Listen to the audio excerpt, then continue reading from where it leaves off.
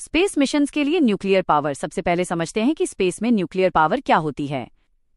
Spacecraft में nuclear fuel का उपयोग करके बिजली जनरेट करना या स्पेसक्राफ्ट को प्रोपेल करना, इसे कहते हैं nuclear power in space. Deep space mission, moon base Mars mission के लिए इसकी जरूरत होती है, क्योंकि स्पेस में हमेशा सोलर एनर्जी उपलब्ध नहीं होती। इसलिए कहते हैं solar energy in space not always enough. Space nuclear system के प्रकार। अब बच्चों, हम पढ़ेंगे स्पेस न्यूक्लियर सिस्टम के अलग अलग types. Radio isotope thermo electric generator plutonium 238 की हीट बिजली में बदलते हैं। इसका उपयोग वॉयेजर 1 और वॉयेजर 2 मिशन में हुआ। लो पावर देता है सिर्फ इंस्ट्रूमेंट चलाने के लिए। कॉम्पैक्ट फिशन रिएक्टर, छोटे न्यूक्लियर रिएक्टर 10-100 किलोवाट बिजली मून या मार्स बेस को पावर दे सकते हैं।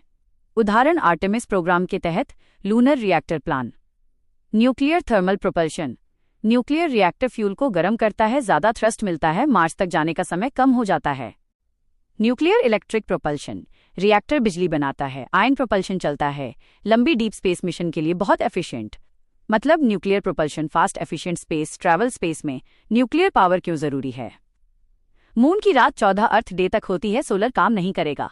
मार्स डस्ट स्टॉर्म, सूरज की रोशनी ब्लॉक, ह्यूमन बेस को 24x7 पावर चाहिए। फ्यूल प्रोडक्शन और इंडस्ट्री को हाई एनर्जी चाहिए। न्यूक्लियर पावर लगातार बेसलोड बिजली देती है। Global space nuclear plant USA 2030 तक लूनर रिएक्टर प्लान कर रहा है। एजेंसी नासा रूस और चाइना न्यूक्लियर प्रोपल्शन एक्सप्लोर कर रहे हैं।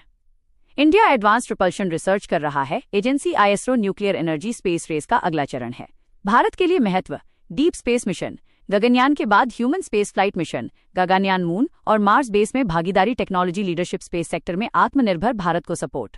सेफ्टी और legal concern, space accident radio active contamination, space debris risk, moon resource पर कॉन्फ्लिक्ट, वेपनाइजेशन का डर, international law, United Nations committee on the peaceful uses of outer space guidelines, outer space treaty. Space में हथियारों की अनुमति नहीं, इसलिए global safety standard जरूरी हैं।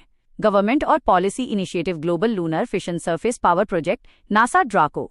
Nuclear propulsion test, Artemis accords के तहत international cooperation, India ISRO advanced propulsion research, nuclear research सहयोग, department of atomic energy, space policy 2023 और private sector participation. India nuclear powered mission के लिए तैयारी कर रहा है।